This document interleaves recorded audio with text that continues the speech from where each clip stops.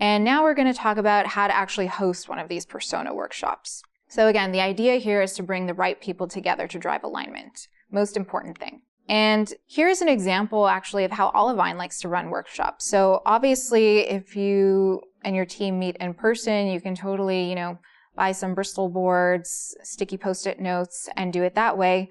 We like to do things online. We love Miro.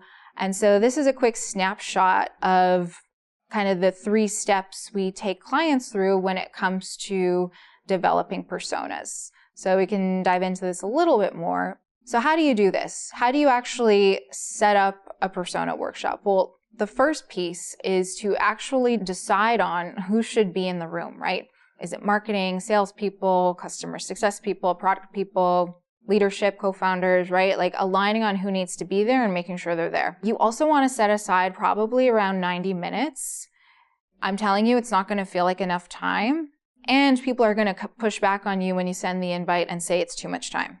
So FYI. And once you've brought the right people together and you set up this workshop and you all show up, one of the first things you want to do is to just have an open brainstorm where everyone grabs a sticky note and just kind of jots down all the relevant persona job titles they can think of. Once everyone's gotten a few minutes to really do that, you want to look at everything that folks have jotted down and group and prioritize those personas.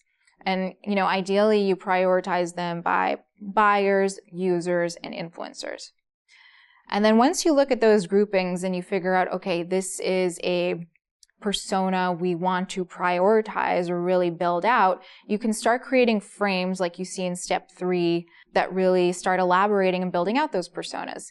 And ideally you have a healthy mix of buyers and users. You don't just want buyers and you don't just want users. You want to have a nice blend.